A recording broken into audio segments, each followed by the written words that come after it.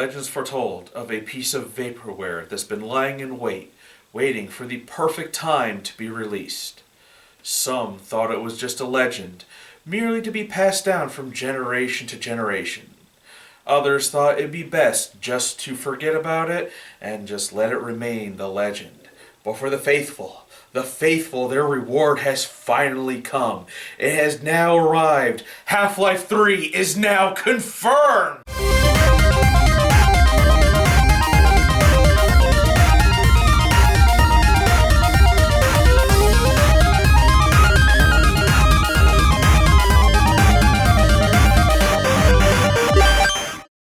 It's out. It's finally out. It exists in an actual, tangible form.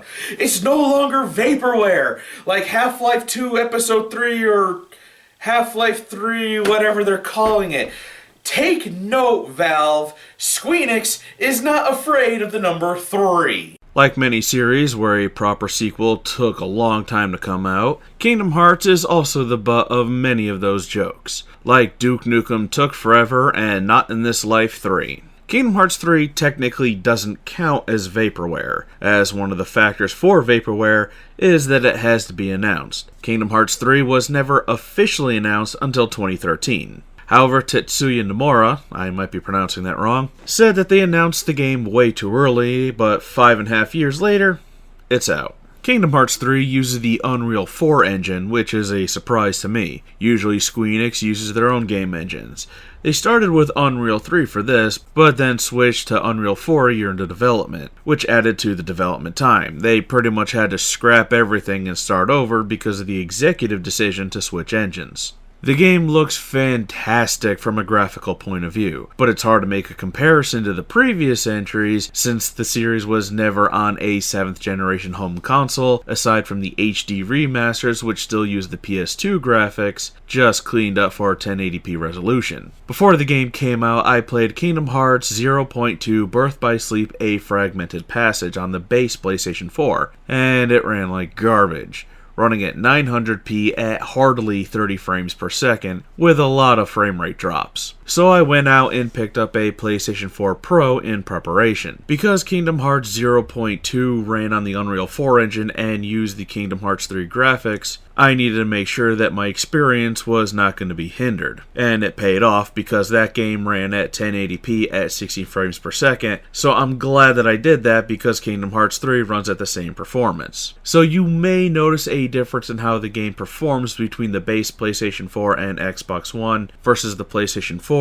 and the Xbox One X. The game ran at a very stable 60 frames per second most of the time. There was some slowdown in some areas, the Caribbean being the worst performance when it came to frame rate. The music is just as good as it's always been. The new theme is pretty good. It's no simple and clean, but thankfully it's not Sanctuary, which is, in my opinion, the worst theme the series has had. Voice acting for some characters seems off. The first Disney characters you meet, Hades, Hercules, and Meg, feel like they're not even trying at all, and sometimes there's an odd pause, especially for Meg. And this disappoints me because of Hades, reprised by James Wood, but he just sounds tired, and Hercules sounds very wooden. The Pirates of the Caribbean voice actors sound pretty close to the actual actors who played them, but there's certain ways that they say certain words that let you know that it's an impersonator. The Monsteropolis characters are all done by impersonators, but the person doing Sully, I gotta admit, he's good, because it's not John Goodman, but sounds very close to him. And the guy playing Randall isn't even trying to sound like Steve Buscemi. Ansem the Wise is voiced by someone else, as is Xehanort, because their voice actors, Christopher Lee and Leonard Nimoy respectively, have passed away. The guy playing Ansem tries to sound like Christopher Lee, but the mark is missed. And Rutger Hauer plays Xehanort, and is doing his own thing, almost giving him a slight, and I mean a very slight Scottish accent, although Hauer is from the Netherlands. When it comes to gameplay, the new engine really shows. But before I go any further, because I haven't played the side games, anything that I say is new or different from Kingdom Hearts 1 or 2 is going to be new or different for me. So if anything was in those side games that I mentioned is new, well, you know why. The gameplay is much faster. Sora moves very quickly, and the new parkour system has him hopping over ledges, small pillars, and running up along walls. There's also this weird depth of field effect, which did screw with my depth perception just for a little while until I got used to it. The combat retains the core Kingdom Hearts, where you mash the X button until whatever it is you're fighting dies. The drive system is gone and replaced with a shot lock system from Birth by Sleep, and the form change has been redone. Instead of Sora changing from a power or magic form or valor or wisdom, whatever the hell they call it, the Keyblade will transform into a different type of weapon. What type of weapon is dependent on the Keyblade you have equipped, and you can have 3 Keyblades equipped at once. And you can switch between them by pressing right on the directional pad. Sora himself does change forms when he turns into his anti-form where he looks like a Heartless. What the conditions are for this to appear, I don't know. It happened maybe 3 or 4 times for me. When you travel to worlds, you can have up to 5 party members. Up to 2 characters from the world will fight with you, so you don't need to switch out Goofy or Donald.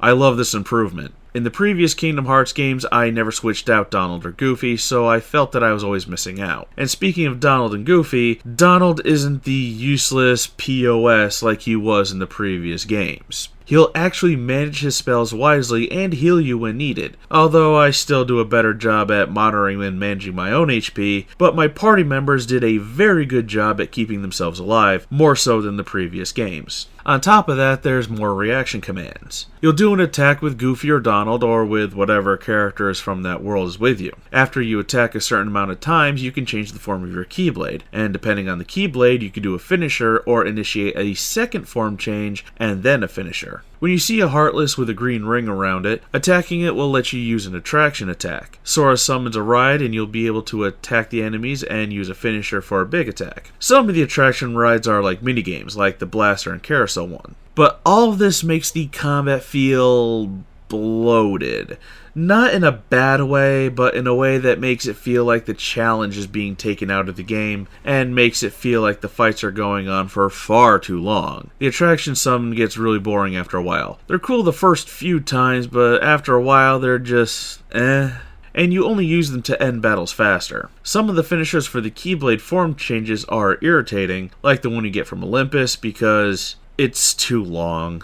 And I realize that these are nitpicks, but the game really incentivizes doing all this by throwing a lot of enemies at you from early on, and it seems that the enemies have a much higher chance of dropping items when you use the big attacks.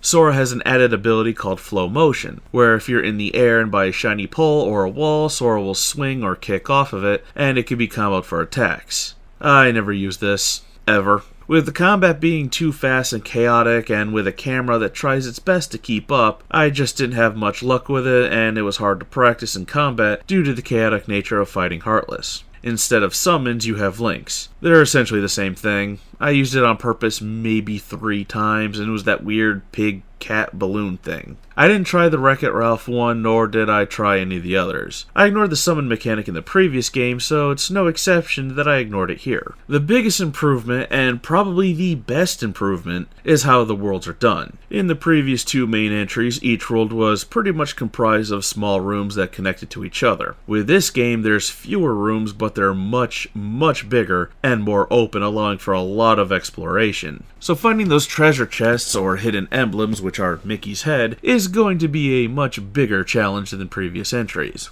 I love how this was done, but one thing that I don't get is why they're still giving us a map in a treasure chest. It's always the first large chest within spitting distance from wherever you entered from. It seems like a waste of a perfectly good chest. It should just give us the map automatically without having to open a chest. And I do wish that they left out the Pirates of the Caribbean area. I hated it in Kingdom Hearts 2, and I hate it here. It's the world where they choose to create artificial difficulty through the use of gimmicks. In Kingdom Hearts 2, the pirates were only affected by your attacks in the moonlight, meaning that you had to lure them out into it, and back then the AI wasn't so good, or too good depending how you look at it, because sometimes the pirates would just wander around in the shadows, so it would take some coaxing on your part to lure them into the moonlight. With Kingdom Hearts 3, it's a ship sailing and battling mechanic. The ship's hitbox has to be really big because I've gotten caught on geometry that I have had more than enough room to get by, or sometimes getting caught up on absolutely nothing. The camera for it sucks. If you take too much damage, black smoke will hinder your vision, so you can zoom out, but then the ship's sails are in your way, making it completely pointless. When it comes to the story, it picks up right after Dream Drop Distance with Kingdom Hearts 2.9. I thought that was a joke, but it's not. I haven't played Dream Drop Distance, so I can't really comment on that, because there are events from that game that are referenced but not fully explained. However, before the game came out, I read a synopsis that starts with Kingdom Hearts Key or Union Chorus or whatever it's called, the web browser game that came out before the Keyblade War. The synopsis gave me everything I needed to know for Kingdom Hearts 3. And the game does come with something called a memory archive, which is supposed to give background on whatever is in the previous games, but it doesn't give you everything. It tells you nothing of the Master of Masters, the Keyblade War, or the events of Dream Drop Distance or Kingdom Hearts 2. It focuses more on Chain of Memories, Coded, and 358 Days over 2, or whatever it's called. I'm not going to spoil the story, but I thought it was a very satisfying conclusion to the entire saga. A very Disney-esque conclusion, I might add. I'm just going to say that I enjoyed it. I finished the game in 25 hours at level 39, and that's including all the cutscenes. I'd estimate that after cutting out cutscenes and knowing what to do, it'd probably be around 17 hours long maybe. When it comes to difficulty of the game, on standard, it's not very hard at all. In fact, I only had to retry 4 times throughout the game. 3 of them had to do with the horrible boat sections in the Pirates of the Caribbean section because of getting stuff on stuff that didn't exist, and once at the end because of rocks flying towards you as you run towards a closing door, and if the door closes, you had to try again. I also only used 2 Kupo coins, a one-time use item that heals you when you run out of HP. And the 2 times that happened was because I got trapped in a corner and comboed like crazy. Most of the time you're fighting Heartless, which are easy cannon fodder enemies. On the occasion, nobodies show up, which are harder to fight depending on the nobody that shows up. The Unversed show up 1.5 times, and in terms of enemy variety, a lot of the Heartless you come across are the same ones you've fought previously. There's only a handful of world unique ones. There's maybe 4 different types of nobodies that I've seen. It feels like I'm not being kept on my toes when it comes to enemy variety. I've seen a majority of these enemies before. I've fought them countless times, so I know how they work. There's quite a few minigames here. There's a cooking minigame, although it's just a simple QuickTime event for each dish you make, and I mean simple. They last no more than 10 seconds. And the dishes give you temporary buffs, but I never use them. There's a dancing minigame in the Tangled area, which is meh, and the new Gummy Phone, which replaces your journal, has games on it that you can find in chests or through scanning certain posters. They're like those Tiger Electronic LCD games from the late 80s, early 90s. They're cute, but not something I waste my time with. And finally, the 100 Acre Woods is a new minigame with 3 different modes. It's just a match 5 of the same color type of game. Overall, it's a very polished experience, but at the end of the game, I was experiencing this weird glitch with the link system. The aerial link kept going off on its own when I tried to use a cure spell. I'm not going to complain because it does the same thing plus does damage, but it's weird that it would do it when it was mapped to the triangle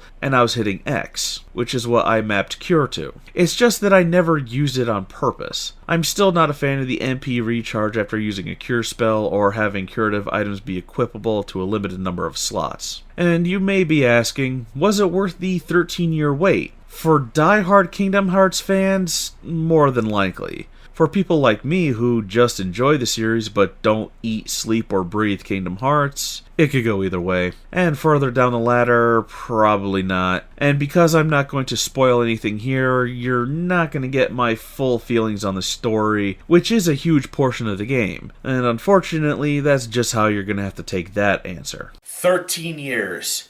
13 years for this game to come out, and I wasn't disappointed, but that's all I'm gonna say. I can't really show my true feelings for the game because then I'd be entering the spoiler territory. However, this game is worth its full price.